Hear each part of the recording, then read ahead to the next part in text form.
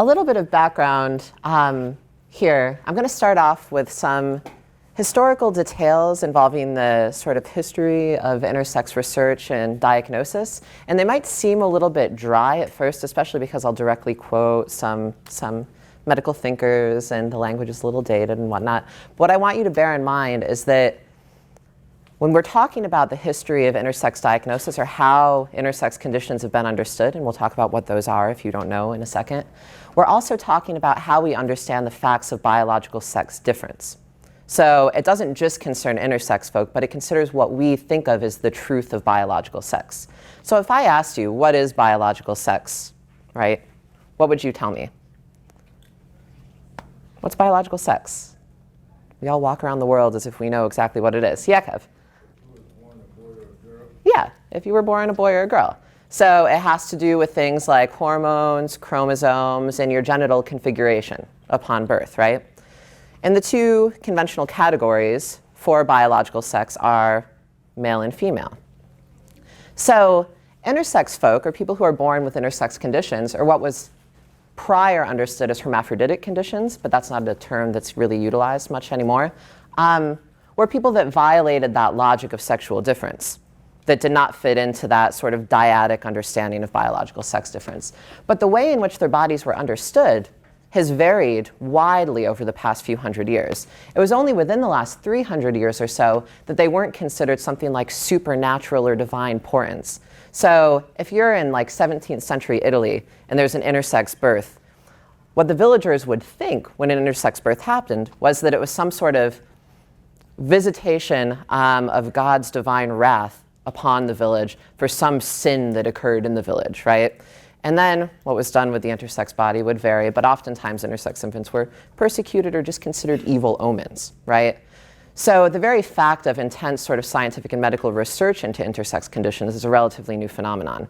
And the way that intersex conditions are treated today is very different from the way that they were treated and understood in the 18 and 1900s. So that's where the history will begin today. But before actually we get to that, I want us to be a bit clearer on what exactly constitutes an intersex condition. How many of you have heard about intersex conditions before? All of my students' hands should be up because we talked about this last week. But they're being shy, apparently. Okay, so this, and I know it's going to be a little bit hard for folks in the back to read, so I'll read it out loud. This is a really good working definition of what an intersex condition is. And it's from an organization called the Intersex Society of North America. They were the first sort of intense activist organization concerned with intersex issues in the United States and Canada. They're now no longer around. They've kind of mutated into this organization that's called the Accord Alliance, which is a consortium of doctors, patients, and the caregivers of intersex folk who are working together to help reform current medical treatment protocol for intersex conditions. But nevertheless, despite the fact that they don't exist anymore, they've given us what is probably the most useful definition of an intersex condition. So I'm just going to read it. Intersex is a general term used for a variety of conditions in which a person is born with a reproductive or sexual anatomy that doesn't seem to fit the typical definitions of female or male. For example, a person might be born appearing to be female on the outside, but having mostly male typical anatomy on the inside. Or a person may be born with genitals that seem to be in between the usual male and female types. For example, a girl may be born with a noticeably large clitoris or lacking a vaginal opening, or a boy may be born with a notably small penis or with a scrotum that is divided so that it's formed more like labia. Or a person may be born with mosaic genetics, so that some of her cells have XX chromosomes and some of them have XY chromosomes. So when we're talking about intersex conditions, we're talking about a vast number, maybe not a vast number, but a good handful of conditions that manifest differently, that all fall under the umbrella of what's understood as an intersex condition, or what's sometimes called a disorder of sexual difference. I don't like to use that terminology because I don't really consider them disorders. I consider them instances of biological variability and diversity, which is a very different framework than the framework of disorder. So we can talk more about that later. So some common intersex conditions, just to give you some idea of the kind of variance at work here. The first is androgen insensitivity syndrome, or the first that I'm mentioning at least. And this is when somebody has XY chromosomes, but the body cells are unable to respond to androgens. And there are different sort of manifestations of androgen insensitivity syndrome. Sometimes people have what's called partial androgen insensitivity syndrome. It's kind of a tongue twister, so bear with me. And if you have partial androgen insensitivity syndrome, that means your body can do a little something with what are understood as masculinizing hormones, but not too much. So you're often born with a pretty female typical, genital configuration, a pretty female typical appearance. But you might have maybe excess body hair or a slightly large clitoris or that sort of thing. If you have complete androgen insensitivity syndrome, despite the fact that you have XY chromosomes, you will appear entirely feminine because your body can't do anything with hormones that would cause you to masculinize. So, and I always like to mention this, when I was younger, I dated a model, which, right? But she had worked in New York and Paris and in various places and been in the modeling industry for a while. And she told me that she knew plenty of women in the modeling industry that were androgen insensitive. And I was like, oh, that's fancy, and that's a good anecdote. And what that means is that somebody could be completely feminine appearing and you still have no idea what their biological makeup is, even though we're in this habit of inferring, that we understand what's between somebody's legs or what have you, just by their outward appearance. So AIS is a really good sort of reminder that we should break that habit. So that's AIS. The next one that I'd like to mention is congenital adrenal hyperplasia. That's when somebody has XX chromosomes, but the adrenal glands overproduce virilizing hormones. So what that means is that somebody may be born or is born with XX chromosomes, but their body develops in a more masculinized way because of what the adrenal glands are doing, how that's sort of shifting what happens with one's body. And then another intersex condition is Klinefelter syndrome. And that's when folks inherit an extra X chromosome from either parent, resulting in an XXY karyotype. And what that condition manifests is what's understood as undervirilization, so a more feminized sort of appearance, genitally and bodily, in terms of secondary sex characteristics. So those are just some of the conditions that would fall under the umbrella of intersex.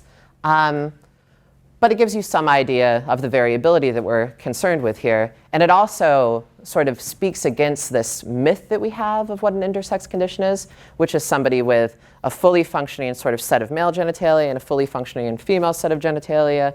And then there's all this speculation like, oh, well, if that's what constitutes an intersex condition, can they get themselves pregnant? Crazy. But that does not. Despite all of the biological variability that exists, that has never actually manifested, as far as I know, in any human society. It's like a science fiction invention, right? So when we talk about intersex conditions, or when we talk about hermaphroditism, which is, again, a term that's anachronistic, it's not in use any longer, it's considered inappropriate. But when we talk about those things, we're not talking about that, right? We're not talking about this like magical being that is both entirely male and entirely female simultaneously, union of the cosmos, whatever bullshit you want to say about it. So that's not what we're talking about. That's a complete myth. Okay. So now I want to talk about, in short, the sort of history, the recent history of how intersex conditions have been understood. So I'm going to focus on 3 men of science. The first is Isadora Joffrey Saint-Hilaire, and I'm kind of fascinated by him. So he was a 17th century French zoologist, and he was a specialist in anatomical deviation and abnormality. And he published a foundational work in teratology. Teratology is really crazy because it's the scientific study of monsters. That seems like an awesome discipline, at least if you're kind of like fascinated by monstrosity, which I am.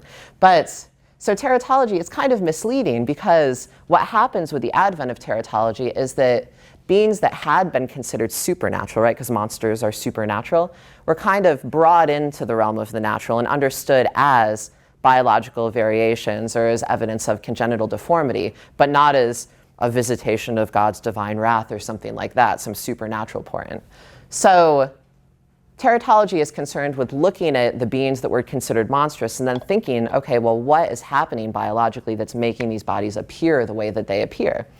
So Isadora Joffrey Saint-Hilaire was, a specialist in teratology, and he published a foundational work that addressed intersex conditions, then known as hermaphroditism, through establishing them as what he called one of the 4 great teratological kingdoms. So there were these 4 great kingdoms of monstrosity, basically.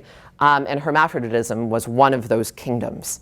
I forget right now what the other 3 were because I've mostly focused on this one.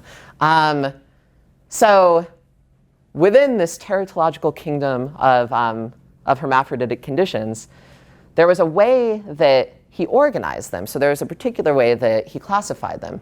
And he made a 6-part segmentation of what he termed human sexual anatomy into distinct zones. And this was how he understood them. So the first zone was what he called the profound portion. This is when we get into some of the dated language, so bear with me for a second.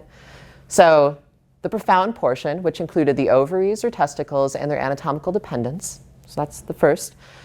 The second is the middle portion, which included the uterus or prostate and the seminal vesicles and their anatomical dependents. And the external portion, which included the clitoris and vulva or penis and scrotum. So he made these distinct zones, and then within these zones, right, if all of them were discernibly or evidently or unambiguously, the language differs, male, then the object of investigation was classified as such. If all of those zones were female typical, then the object of investigation, right, the person being researched into, was classified as female. But any mixity or ambiguity in one or more of these zones engendered a hermaphroditic classification. Within a schematic composed of first class and second class hermaphrodisms, and that's like, second class hermaphrodism, I would have been kind of upset to be classified that. Like, why not first class? But, so with the former containing 4 orders and the latter 3, you don't need to remember any of this, but what's important to remember is that within this system, there were 7 possible kinds of hermaphroditism. So the way that biological sex was understood, at least by Saint-Hilaire, was not just a matter of male and female. It was, yeah, there's male, yeah, there's female, but then there are these 7 possible variations, right, in addition to those categories. So one could say that within his classification system, there were actually something like 9 sexes, rather than the 2 that we commonly understand we have today. So that's Saint-Hilaire. Now, a few years later, the way that intersex conditions were classified and understood changed radically with this guy, Theodor Albrecht Edwin Klebs. And forgive my pronunciation, I know nothing of German, so I butcher names constantly. So he was a late 19th century German physician.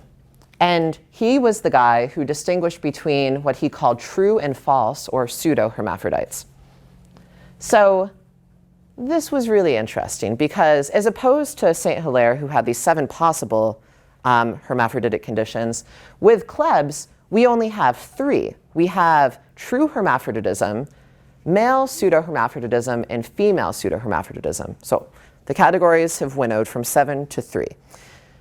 And the way that this was defined, what made one either a true or pseudohermaphrodite, depended on the kind of tissue that one had in their gonads. So bodies would be torn open, the gonadal tissue would be investigated in cases of ambiguous sex, right? So, and if when that tissue was investigated, they found that it was ovarian tissue, then that person would be classified as a female pseudohermaphrodite. If there was testicular tissue in the gonads, and remember gonads are like those little sort of, germs or zygotic versions of what becomes reproductive systems, right? So if there was testicular tissue and only testicular tissue in the gonads, then that person would be classified as a male pseudohermaphrodite. And if there was a mixture of tissues of ovarian and testicular tissue, then they would be considered a true hermaphrodite. Now, what this meant was that the amount of sort of legitimate hermaphroditic bodies decreased radically because very few people that are born with some kind of ambiguous or mixed sex condition have both ovarian and testicular tissue in their gonads. So what happened was that Klebs built this system, right? He established this classification system, and then he reviewed all of these prior instances of hermaphroditism and said, well, only a few of these are cases of true hermaphroditism, and the rest of them are just instances of male or female pseudohermaphroditism. So the idea behind it was that all of those people who were pseudohermaphrodites were actually really just men or women with some sort of congenital quirk or weirdness, but they were no longer considered legitimately intersex or legitimately hermaphroditic. So that was kind of a big deal because with that we have the sort of advent of the binary system of biological sex difference that we understand today. So we have this historical erasure of conditions that were understood as legitimately intersex. And in its place, this idea that there was this phenomenon of pseudohermaphroditism. So people might appear to be mixed sex or intersex, but they're really underneath it all because of the tissue found in their gonads, either men or women. So what this meant generally was that the truth of biological sex, what made you a man or what made you a woman or what made you something else, was located in the kind of tissue you had in your gonads, which seems to me a very reductive understanding of maleness and femaleness or masculinity and femininity, but it really resonates with this, what we call a dimorphic understanding of biological sex difference we have today, where there are strictly male and female bodies and they have particular sort of hormonal, chromosomal, and genital configurations, and there's no variation between those categories. So I like to think of this as like the moment where we have the sort of, where we can locate the root of binary biological sex difference, at least the way it's understood in modern science. So that's Klebs. And then we have this guy, John Money. Has anybody heard of John Money before? So what is John Money most sort of well known for? There were the twins in Canada that one of them had a botched circumcision, and so he kind of helped raise that child up as a girl, and the twin remained a boy, and kind of founded his theories upon those two. Yeah. So John Money is most well known for this case of Canadian twin boys that were born, and one of them had a botched circumcision, which left his penis relatively not in good shape, let's say. And John Money said, well, we can't have this boy grow up with an inadequate or like non-functioning or poorly functioning penis because that will be so psychologically traumatic for him. So what we're going to do is raise this child female. We're going to genitally reconstruct that botched circumcision, make a vagina, and raise them in a female gender identity. So that sort of became a scandalous story because the female gender identity that he'd recommended for this person didn't really stick. The person later transitioned back to a male gender identity, and then after this became like a famous and sensationalized news case, killed himself.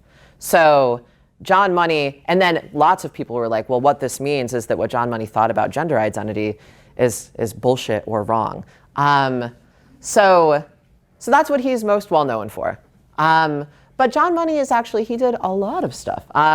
He did his PhD at Harvard, and he wrote it all on intersex conditions. That was his area of specialization before he began doing anything else. He was one of the co-founders of one of the first gender identity clinics that treated both intersex and trans folk in the United States at Johns Hopkins Medical School. So he was kind of a baller in the world of 20th century sexology. He was very well known, very famous, and had done decades and decades of research into intersex and trans conditions and into gender difference more generally. So he's a really important figure, in short, in terms of how we understand things like gender identity and the social construction of gender today. So how did Money understand sex and gender? He's often considered an architect of social constructivist approaches to gender. And some of you probably know what that means, right? So when we talk about the social construction of gender, what's that mean? Again, all of my students should know. I know all of you know. I see you.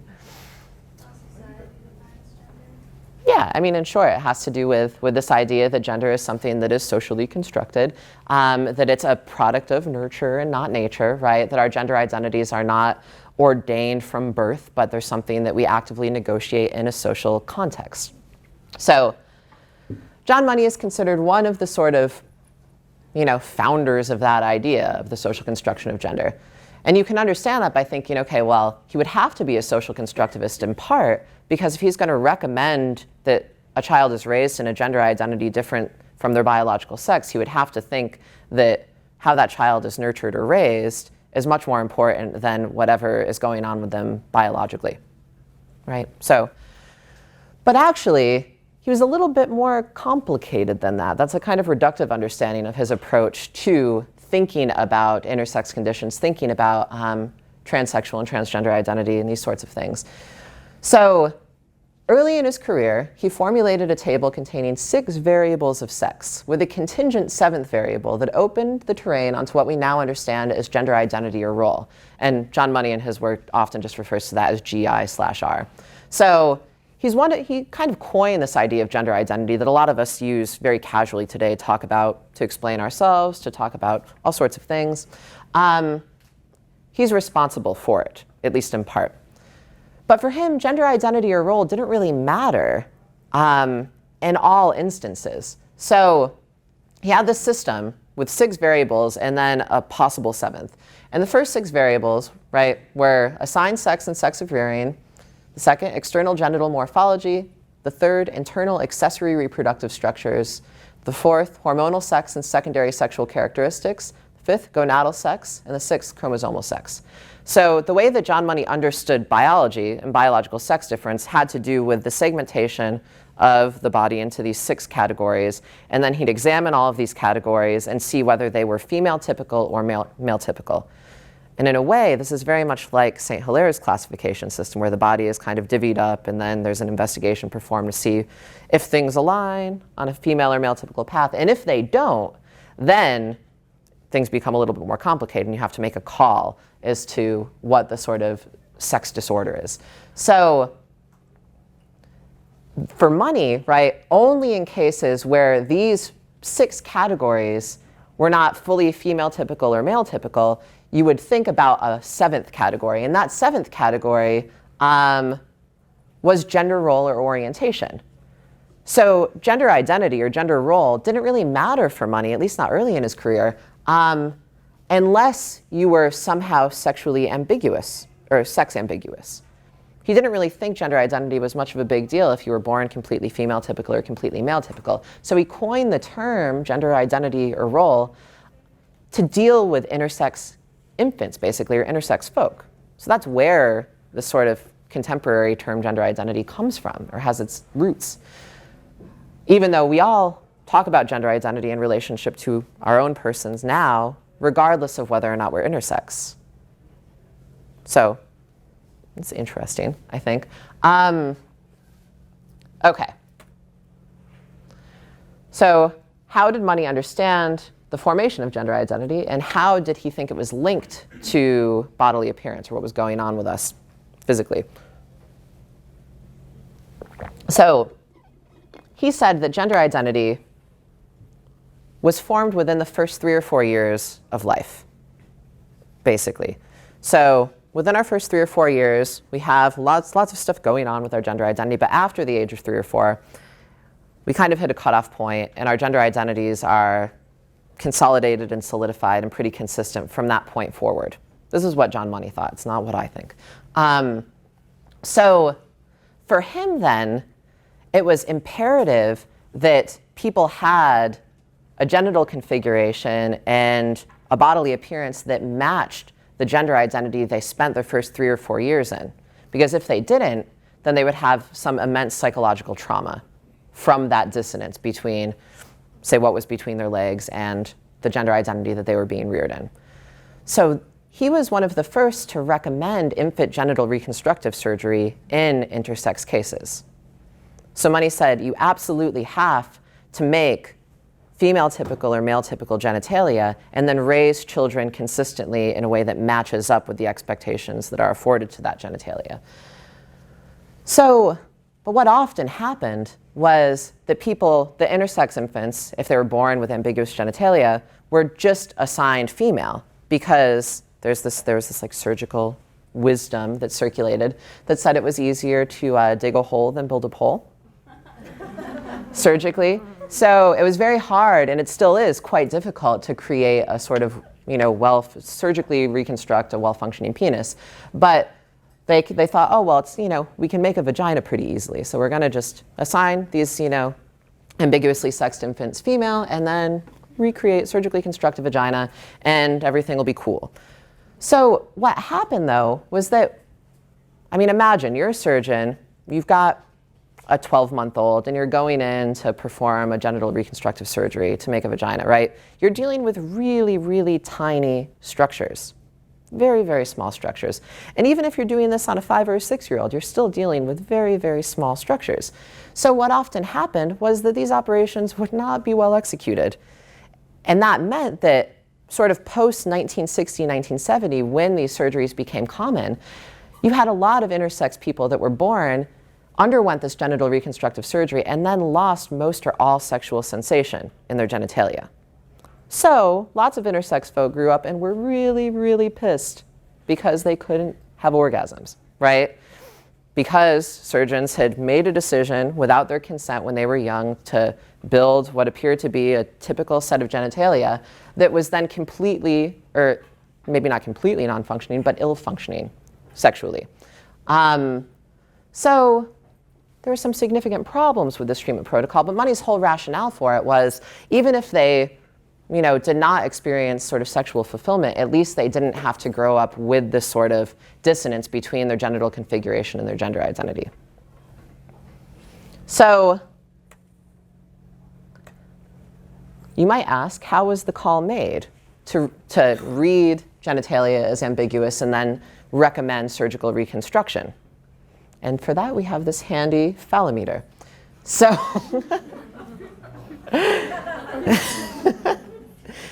right, I like to call them, when I'm talking about this, I like to talk about dicklets, which is a combination of the word dick and clitoris, right? Because it speaks to this idea that the clitoris and the phallus are analogous structures. And in these instances, right, it's very hard to tell sometimes what constitutes a penis and what constitutes a clitoris. So we'll just call them dicklets. So doctors are looking at dicklets and they're measuring them and they're thinking, okay, well, if it's under 0.9 centimeters, this dicklet structure, then this person is pretty unambiguously female in terms of their genital appearance. If it's over 2.5 centimeters, then they're pretty unambiguously male. But if it's right at 2.5 centimeters, that's really unfortunate for them because they're going to be, they're going to have some trauma because they have to grow up with a small penis. But the further on down the line you go, the more socially beneficial that genital configuration is going to be for you. So, but the problem arises, of course, if somebody's born between 0.9 and 2.5 centimeters, that's the sort of ambiguous range. And if an infant is born with genitalia in that range, then what was recommended was this genital reconstructive surgery. So they would be brought back within the normally sort of the female typical or the female acceptable range in terms of their genitalia. Okay, that was how these calls were made. And what happens with John Money is that really for the first time, intersex conditions are thought of as treatable conditions of the genitals. So prior to John Money's research, intersex conditions did not result in genital reconstructive surgeries. That was not how they were dealt with. So a scholar, a sociologist named Suzanne Kessler, in a book of hers called Lessons from the Intersex, which came out in the late 90s, super good book, says that there were 3 sort of factors involved in this sort of contemporary understanding of intersex conditions as treatable conditions of the genitals. The last one has to do with John Money's theorization of gender identity that we've already talked about. But she also says that quite obviously, it was in part on account of technological developments in surgery and endocrinology, which has to do with hormones, that enable corporeal reconstruction through normalizing genital surgery and hormonal treatment. So this is kind of obvious.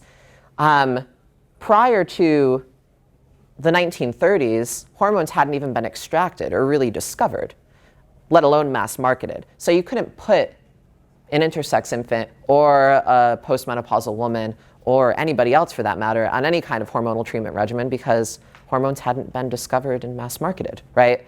So we needed that to be in place in order for intersex conditions to be treated the way that they have been. And we also needed these developments in surgical technology for intersex conditions to be treated the way that they have been. And that was, there were surgeons that were figuring that stuff out in the 50s, 60s, and 70s, and they're still refining those techniques of genital reconstructive surgery. So obviously, those innovations needed to be made. And then the second had to do with the fact that feminist movement had criticized this idea that women were women sort of solely according to the reproductive capacity. So what this means is that it was finally sort of possible for somebody to be considered fully female even if they couldn't reproduce, even if they couldn't engage in reproductive labor. And intersex folk cannot engage in reproduction, right? So because of that criticism and because of that expansion of the definition of what womanhood was, people could be intersex and also legibly or consistently female, despite the fact that they couldn't reproduce. So it was an expansion of that definition of womanhood.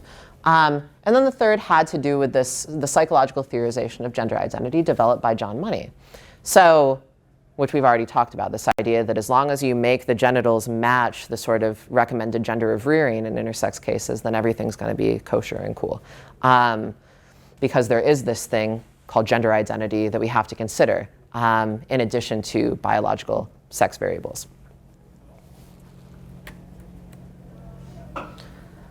So, some of you, and while I'm going to try to wrap up quickly so we have time for questions, but some of you might be thinking, okay, well, how were the caregivers talked to by the medical professionals? Or did these surgeries happen in the absence of parental consent entirely, or what have you? So, in some instances, they did happen entirely in absence of parental consent. But in other instances, in most instances, really, parents were talked to, the issues were discussed with the parents, but they were discussed in a very particular way. So parents weren't told, your child has been born with an intersex condition. They are ambiguously sexed. They are not entirely male or female typical in terms of their biology because there is biological variability, right? And biological sex difference is much more complicated than just this sort of binary understanding that most of us have been raised with. I would have loved if doctors said that, but doctors did not say that. What they said was, we know what the true sex of your child is, and it is either male or female. We just have to give them a little help along the way. And that help, of course, came in the form of surgical reconstruction and hormonal regimens. So you're a parent, you don't really know anything about intersex conditions. You have this child that's been born. The doctors seem to be making quite a big deal over the sort of genital configuration of that child. And then they tell you, well, we know what the true sex is, so can we have your permission to do these operations and to prescribe these hormones? Most parents said, okay, you're medical professionals, you know better than I do. Not all parents did, but a lot of them did. The other problem that is quite obviously arising here is that it's the parents in these instances that are giving consent and not the children themselves, right? So that seems to be kind of an issue. You're having like radical surgery being performed on you and you're a tiny, tiny thing and you don't really know what the hell's going on. Well, that's not a good situation. So right, that's the sort of yarn that was spun by medical professionals so that they didn't trouble the sort of imaginary of dimorphic sexual difference that most people had been raised with.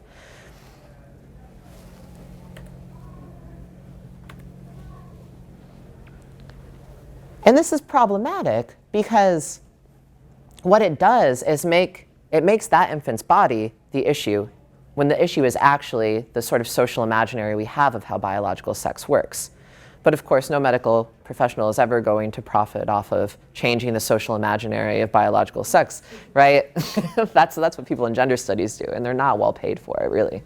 But, right, this is what's at stake there. So, over the past 20 or so years, there have been these concerted activist efforts to reform this medical treatment protocol. And what those activist efforts have focused on is primarily the issue of informed consent. So the idea there is that no hormonal or surgical procedure should be embarked upon before the child is informed of what's going on with them and before they're old enough to really understand what's happening.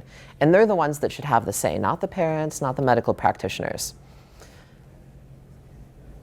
And, right, as a sort of companion piece to that, intersex activists have stressed the idea that the vast majority of intersex conditions pose a social and not a medical dilemma.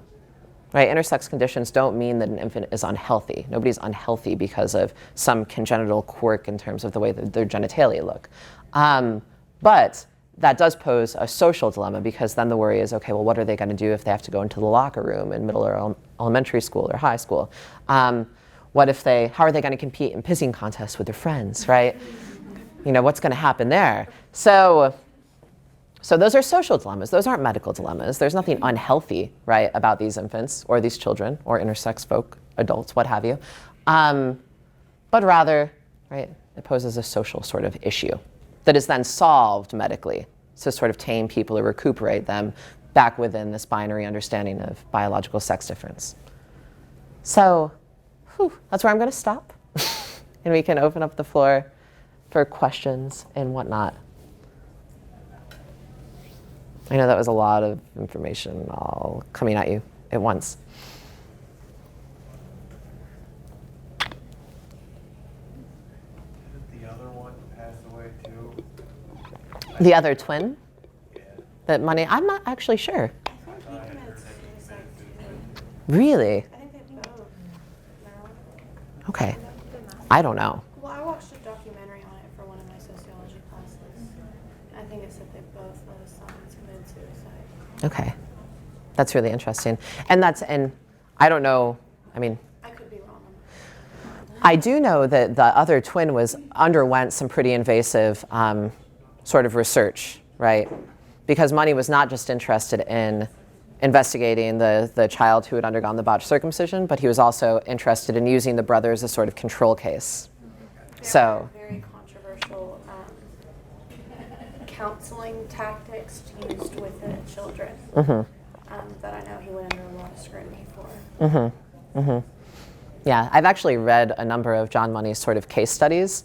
So I've looked at some of the questions that were asked of like these young sort of intersex or transgender people, and they're quite brutal and invasive questions. And oftentimes he was met with a lot of resistance or refusal to respond on the behalf of the patients. So it's not surprising that people would be scarred by their encounters with his sort of research methodologies. They were highly controversial, remain highly controversial. Would your opinion be let the person get old enough to make a decision themselves? Yeah. Yeah, absolutely. I fully agree with the sort of intersex activist efforts to reform these kind of treatments. And I don't think that's just the case with intersex infants. I think we should all be able to determine our gender identities. What's the earliest age you feel like a child would be ready to make that decision? To make the decision involving surgical or hormonal treatment? Very earliest age. I would say probably early teens, early to mid-teens. I think you know enough of what's going on, but it has to be coupled with really good, with a supportive sort of set of caregivers or even a single caregiver, really good information from medical and mental health professionals that they may be seeing. Like they need to be well informed if they're going to make any kind of sound decision. And that kind of information is not always the easiest to come by, right? Especially if you don't happen to live in a large metropolitan area. It's difficult to access medical professionals that are relatively enlightened about intersex conditions, So there are lots of contingent variables that I think would have to be in place. But in an ideal world, right, intersex children would be told all about their conditions. They would be not made to feel shame about it. And they would be informed according to all of the potential risks or benefits of any path of hormonal or surgical treatment. That's what I would hope would happen. And it's happening in larger numbers, but we're still not where we need to be, I think. Are there ever instances where people don't want to get any kind of hormonal treatment and they just want to stay how they are? Yeah, absolutely, yeah. What do we need to put in place in middle schools or high schools or even on a college campus like ours as a support network or a sort of infrastructure for positive directions? I think there would have to be massive reforms especially thinking about sort of primary and secondary school and just how biological sex difference is taught, I think that when you go into your sort of middle school science classes, the emphasis tends to be on this dimorphic understanding of sex difference. So there is only male and there is only female. And the way that's talked about is problematic already because it's completely sort of reproductively focused and often super heteronormative in the way that the language is coded. So all of that, I think, would have to be reformed at the level of scientific curriculum. And I also think that I mean, I would love to see, and there are currently efforts in certain areas to implement women's and gender studies curricula in high schools and middle schools. That would be absolutely necessary in order to help children at younger ages understand the sort of social dilemmas that surround gender diversity, sexual diversity, et cetera. All of that would have to change. And at the level of the university, I think that organizations that are LGBTQI, et cetera, right, that already exist need to take more seriously questions of intersex inclusion, but also trans inclusion, because often those issues, intersex and trans issues, are very neatly sort of allied, but they're very distinct from gay, lesbian, bisexual, pansexual issues, right? So more attention would be needed, I think needs to be paid to what those distinctions are at the level of the university, rather than just everything being lumped within this acronym and, you know, the issues supposedly the same within that. Yeah. Do you think we would have to have like a huge like government reform to have like, so that when children are signing up for primary school, they don't have to be like, oh, male or female, or whatever you're doing gen class, it's not like separate rooms. Like, I think that would be a really big thing that they have to address. Yeah, yeah. I mean, and I don't know how. Yeah. That's kind of like, that's almost too utopic, right, for me to think about, like a government that would be totally willing to reform, you know, all of the sort of, you know, the way that the social is structured in these really strictly binary terms. Yeah, so I tend not to think too much about that. And what a lot of folks that are concerned with these issues generally say is that, you know, rather than trying to raise your child gender neutral or something, right, you should just choose a sort of provisional gender of rearing. And you can do that without having any sort of surgery performed or any hormones, right, administered. So, and then, you know, they can just go along with that. You might have to have difficult conversations with babysitters, or maybe sometimes with teachers, to inform them of the issues. But, you know, it's still possible and much more humane. So you can navigate that binary gender system in a better way, right? Rather than performing these sort of mutilating surgeries. Yeah. How would you suggest even talking to parents about how they would do that with their child? Like what, you know, gender pronoun would they choose to use with their child? Yeah.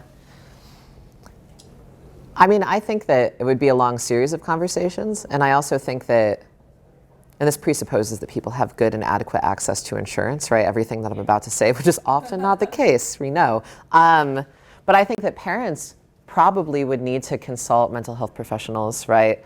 That are good on these issues, and have a long series of conversations, because what needs to happen is a lot of the sort of common sense understandings of gender and biology have to be reworked, and then those implementations have to be put in practice in their interactions with their child. And that's not a process. I mean, that's a process. That's not something that one conversation could ever take care of, right? So I think that would be necessary for caregivers. And I also think that they would need to be able to plug into other sort of caregivers of intersex children, talk to them about their experiences, talk to people that are intersex about their experiences. So I think all of that would have to be put into play for parents to deal more responsibly with these issues. Because I can just imagine, you know, having a baby, a child be like that have to be intersect, and feeling kind of guilty of picking one for them while I'm raising them. Mm-hmm. Mm-hmm. Well, some of my students actually might have some thoughts on that, because they just did this assignment where they had to write a sort of longish response to the question of how they would raise an intersex child. So, and I haven't read them yet. I haven't graded them, but so I don't know what they said, but I'm sure they've been thinking about it. So, I mean, what did you all come up with in terms of? Mine, I picked a gender. I picked male, and eventually the child, when they were about 6 or so, they decided they were female. So I decided just as long as you kept a lot of communication open with the child, they could decide what their gender is later, and then just pick one for the moment. So it's easier to transition. As long as you kept the lines of communication open, the child should be able to decide what they want to do later on. Mm-hmm. I could imagine like asking an intersex, maybe like 3-year-old or something, be like, well, are you a boy or a girl today? And just let them choose for the day, you know, just whatever. I think that would be somewhat adorable, actually. Mm-hmm. I mean, it's all fun and games until they have to go to school, right? Well, I have a question. What happens on birth certificates? And, well, that's a really good question. So most birth certificates go with this, so a team of medical professionals will meet and decide what path they're going to take in terms of treatment. And then they'll decide, whether to assign an M or an F on a birth certificate. Very few birth certificates are left blank with regards to gender. But some of them are. And then it's filled in later. So there's, there are ways around. But what has typically or historically happened is that the physician said, okay, we have to raise this child as female, so put an F on the birth certificate. So there's no, if they go searching about their medical records later in life, there's, it's covered up. Yeah. So I'm curious about the beginning of your talk when you were mentioning about the 7 or 9 different variations originally, so much more variability allowable. And so to me, I guess I'm wondering, are there cases when people find out that they're intersex later in life? I think we tend to think of, at birth there's some sort of, you can tell that the child is intersex, but if you have something like androgen insensitivity, that seems like you could be going along thinking you know what sex you are. Is that? Yeah, that absolutely happens. So androgen insensitivity syndrome is when somebody has an XY chromosome, right? And then their body does not respond to masculinizing hormones. So they're born completely feminine appearing, and they often only find out when they hit puberty that, because they're amenorrhea. What is the word? They don't get their periods. So then they go, okay, well, maybe something's going on. I don't know. They go see a doctor. They have blood work done, tests get run, and they find out that they are androgen insensitive. And in those moments, people deal with it differently, and this is something we also talked about in my class. We talked about what we would do if we found out when we were 13 or 14 years old that we were intersex, how that would sort of shatter, our understanding of ourselves, our understanding of the world we inhabited. And I think what you see is sort of across these different cases where people find out later in life that they are intersex, is that there's this, it's traumatic, right, to find that out, I think, for most people. In part because you have to be like, oh, okay, well, this means that I'm not reproductive, right? Like, I can't have children of my own. But it's also traumatic just because you're forced to question everything you thought you knew about biological sex and the way that it lined up with gender identity. So I think what often happens is that people are sort of intimately forced to denaturalize that connection between gender identity and biological sex. So they come to a place where they say, well, I feel comfortable in this female gender identity, but I have to come to terms with the fact that that doesn't naturally follow from my biological makeup. And I think that's maybe a liberating sort of process to go through, honestly. That delinking of biological sex from gender identity is something that we always try to teach in women's and gender studies. So it's not necessarily all bad, but it's certainly a difficult process to find out later in life. But oftentimes, many people who are born ambiguously sexed only find out later in life. They bring questions to their parents and the truth comes to light because the family has been trying to cover it up for years. The fact that they did undergo this surgery when they were children.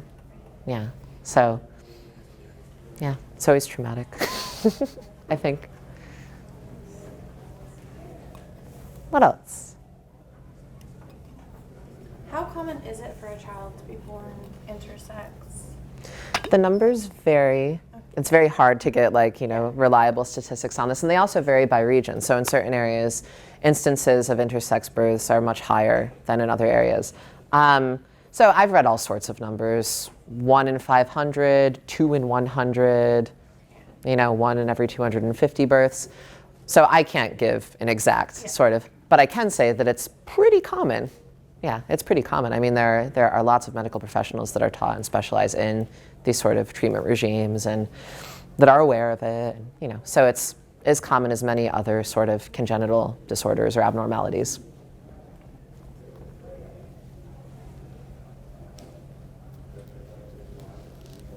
Anything else?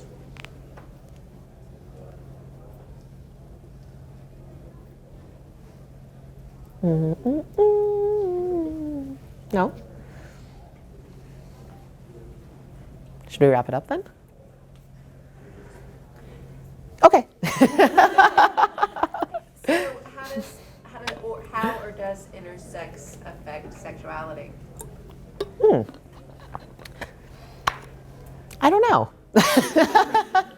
No, I mean, you know, because we all navigate our sexualities differently. I think that one thing that lots of intersex folks struggle with is issues of disclosure. And in that case, or, you know, thinking about that, so whether or not to tell potential partners and how to tell potential partners that you are intersex.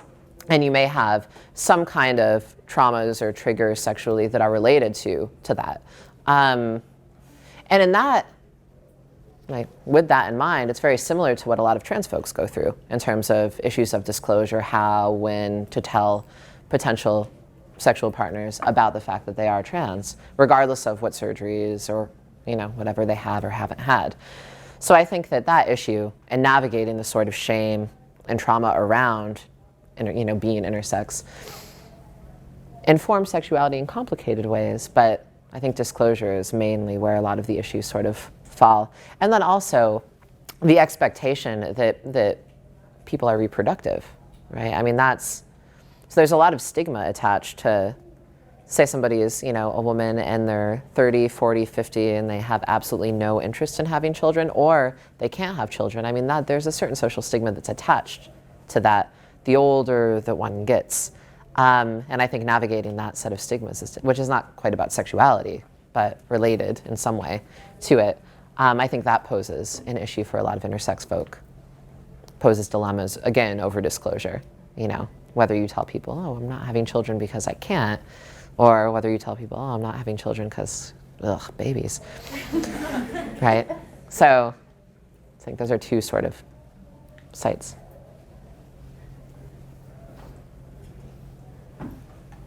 Anything else? All right, well, I want to thank you all for coming out. It was really super great. It was a really good turnout, and I hope the Women on Wednesdays continues to have such good turnout. And thank you, Phyllis and Jake and everybody, whatever, for having me. Thank you. So.